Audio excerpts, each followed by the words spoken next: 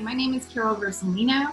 I am the CEO and co-founder of Oak City Labs. We are a software development agency located in the Raleigh-Durham area of North Carolina.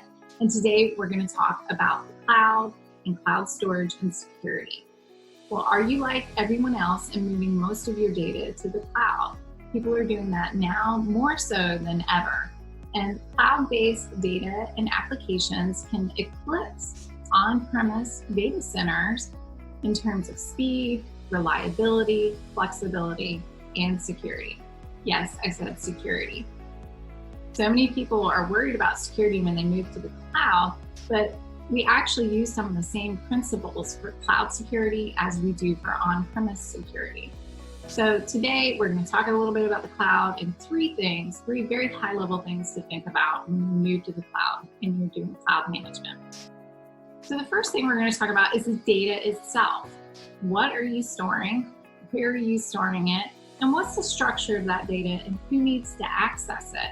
And these are all very important things to think about because you'll want to design access controls and the infrastructure for that data in response to your answers to those questions. For example, if you're housing patient information, you may have critical PHI or patient health information located in part of the cloud that you don't want everyone to have access to. Even a developer who is working on your project shouldn't have access to that data. Sometimes, and there are some cases where that may happen, but development can actually happen without a developer ever seeing patient information. And how we do that is by breaking out data into different environments. In software development, it's good practice to have several different environments for your work. You might have a development environment, a QA environment for testing, a staging environment to test changes before they're promoted to production, and then finally production, which is only going to be accessed by a very limited number of individuals, including customers. And by separating your environments out that way, you can gain control over the security of your data. The second thing, which is very related, is documentation and procedures.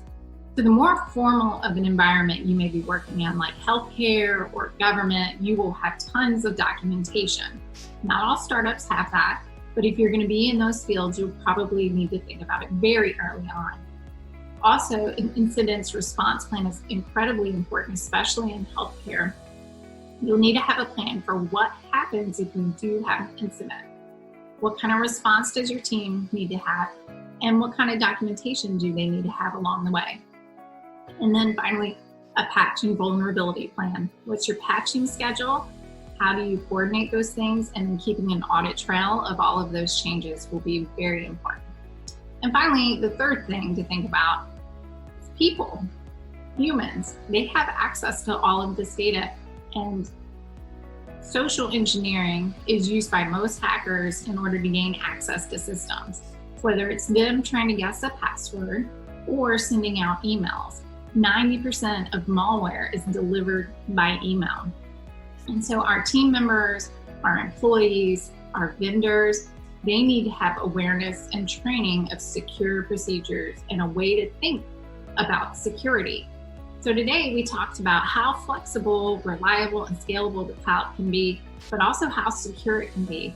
A lot of the things that we talked about are not specific to the cloud, it's specific to security in general. So we talked about data, we talked about documentation and procedures, and we talked about people and making sure that your people are at least aware and trained of good security practices. So if you like what you see here, please make sure to subscribe to our YouTube channel.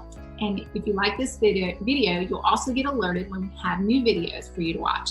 And if you love what you see here, you can also head to our website at oakcity.io to learn more about our software development services. Thank you so much for listening.